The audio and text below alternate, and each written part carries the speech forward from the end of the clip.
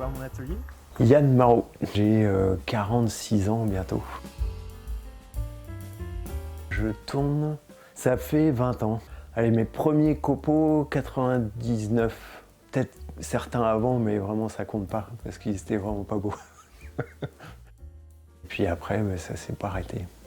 Alors moi j'ai appris avec un jeune tourneur, mon premier prof de tournage, c'est Rémi Verchot. En fait, en 99, c'était une époque où il y avait encore le service militaire à faire. Et donc j'avais repoussé, mais il a bien fallu que j'y aille un jour, mais j'avais vraiment pas envie d'y aller. Et donc j'ai essayé d'être objecteur de conscience, ça me correspondait mieux, et je me suis présenté en fait auprès de l'AFTAM, devant un parterre de tourneurs et très intimidé par tous ces gens-là. Le fait de me présenter, j'ai vu qu'il y avait plein de gens qui étaient très sympas et qui sont venus me voir après et qui m'ont dit écoute, t'as l'air bien motivé quand même pour faire le métier de tourneur.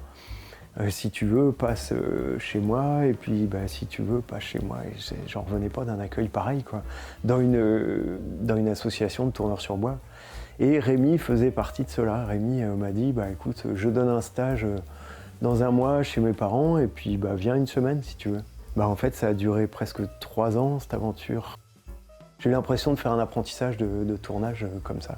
Grâce à des gens comme Rémi, qui m'ont fait rencontrer des gens comme Jean-François Escoulen, qui a beaucoup compté dans mon apprentissage, qui a été assez fou pour me salarier assez vite. J'avais 1 an de tournage, et puis il m'a salarié pour lui pouvoir débloquer un petit peu de temps de création dans son atelier. Donc je donnais les stages d'initiation dans son atelier.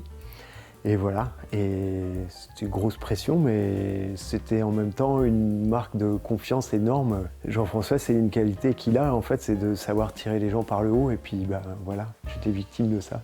Merci Jeanne.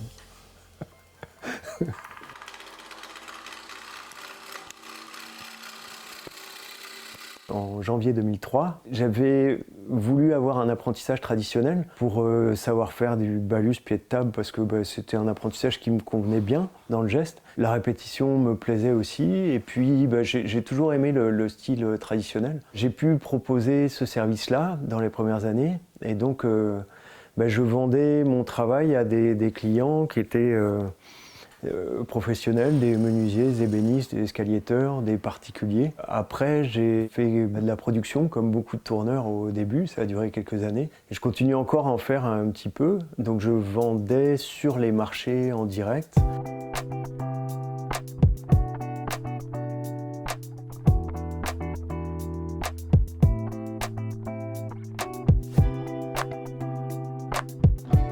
Et puis quand je commençais à faire des pièces de création, modestement. J'ai pu les vendre sur des salons métiers d'art. Aujourd'hui, je vends mes pièces en faisant 3 expos par an. Je fais encore un petit peu de travail sur commande, mais j'en ai beaucoup moins le temps, en fait, de le faire. Mais c'est quelque chose que je continue à faire parce que j'aime ça. Et puis, je vends plus maintenant mon travail de création dans des galeries. Moi, c'est ce qui m'a séduit dans le tournage dès le début, que ça rayonne large, quoi, en fait. Dans le tournage, il y a de l'utilitaire, il y a du tournage de répétition, du tournage traditionnel, il y a du tournage de création. Et puis tout ça, ça me plaît. C'est tellement vaste que je ne me suis pas vraiment spécialisé dans un domaine. Je crois que je suis un peu touche à tout, et puis en fait, j'aime bien ça. On peut dire que moi, j'ai un autre métier à côté. Mais ça concerne le tournage, c'est-à-dire que je me sens tourneur à 100%, mais en fait, je suis salarié à mi-temps de l'école Escoulen. Je suis le prof principal de l'école là-bas. J'ai l'avantage d'avoir un salaire qui tombe tous les mois. Je pense que c'est un espèce de privilège chez les tourneurs. C'est un travail qui me prend pas mal de temps, pas mal d'énergie. J'arrive maintenant depuis 2 ans à trouver un équilibre stable avec moi, mon métier de tourneur. Et mon métier de tourneur, c'est celui que je fais là dans mon atelier ici. Je me verrais pas être prof sans être tourneur. Je me verrais pas non plus en ce moment être tourneur sans être prof, parce que j'aime la transmission. Verbaliser un geste, c'est quelque chose qui me passionne, le transmettre aussi. La sculpture me fait du bien. me fait un bien fou parce que mon métier c'est tourneur et par moment en fait quand on rajoute la sculpture, pour moi c'est la liberté complète. Et c'est la liberté dans les courbes, c'est la liberté dans les volumes, c'est une liberté de forme. Et puis c'est aussi une étape qui se rajoute. Je pense qu'il ne faut pas brûler les étapes, quoi, en fait. Moi, c'est comme si j'avais attendu d'en avoir vraiment besoin. Le travail de sculpture que j'ajoute sur mes pièces, de plus en plus, c'est à la râpe et à la gouge, en travaillant sur du bois vert. Et quel régal, parce que ça fait des pauses. Le tour, c'est quand même un peu bruyant. Là, on se pose et puis ça va doucement. Et qu'est-ce que ça fait du bien, quoi.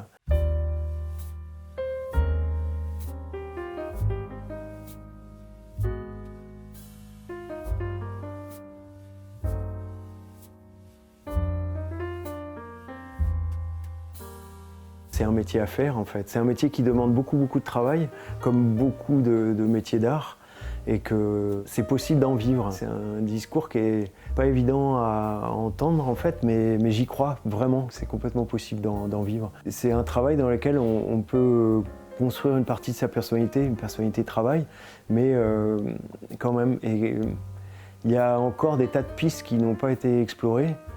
Le métier il bouge, c'est dingue quoi. En fait, en 20 ans, moi j'ai vu déjà beaucoup bouger, puis en fait ça se transforme encore énormément.